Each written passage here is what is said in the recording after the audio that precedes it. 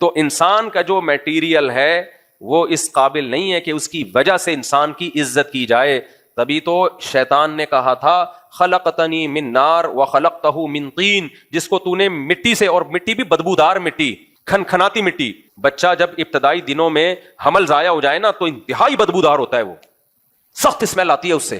جب وہ خون کا لوتھڑا بنتا ہے, گوشت کا لوتھڑا بنتا ہے, انتہائی بدبودار ہوتا ہے. تو مٹی بھی بدبودار مٹی, من حمأ مسنون. تو شیطان نے اعتراض انسان کے میٹیریل پہ کیا, جس میٹیریل سے اس میں جو مال ڈالا گیا ہے وہ تو گارا ہے, وہ تو مٹی ہے, مجھے تو نے آگ سے بنایا, میں کیوں اس کو سردا کروں. تو قرآن کیا کہتا ہے, انا خلقناہم مما یعلمون, تمہیں جس چیز سے بنایا گیا ہے وہ ہمیں معلوم ہے. اللہ نے اس کا نام بھی نہیں لیا اس موقع پہ.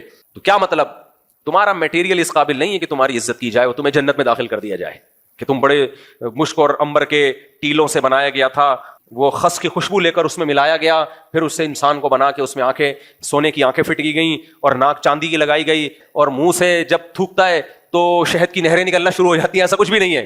تو جو ہمارا میٹیریل کسی کام کا نہیں ہے, تو فضیلت کے لیے اور جنت کے لیے عمل کے علاوہ اب ہمارے پاس کوئی آپشن نہیں. یہ بالکل ایسے ہی ہے جیسے ہم کہتے ہیں نا, بھائی تیری شکل تو اچھی ہے نہیں, کم از کم بات تو اچھی کر لیا کر. کراچی میں یہ بہت کہا جاتا ہے. تو اللہ تعالیٰ بھی یہی انداز ہے کہ تم جس چیز سے بنائے گئے وہ اچھا نہیں ہے, ہمیں تم سے محبت تمہارے میٹیریل کی وجہ سے نہیں ہے. تمہاری باڈی سے اچھے اعمال نکلیں گے تو اچھے بن جاؤ گے, اچھے اعمال نہیں نکلیں گے تو شیطان سے بدتر ہو جاؤ گے تم.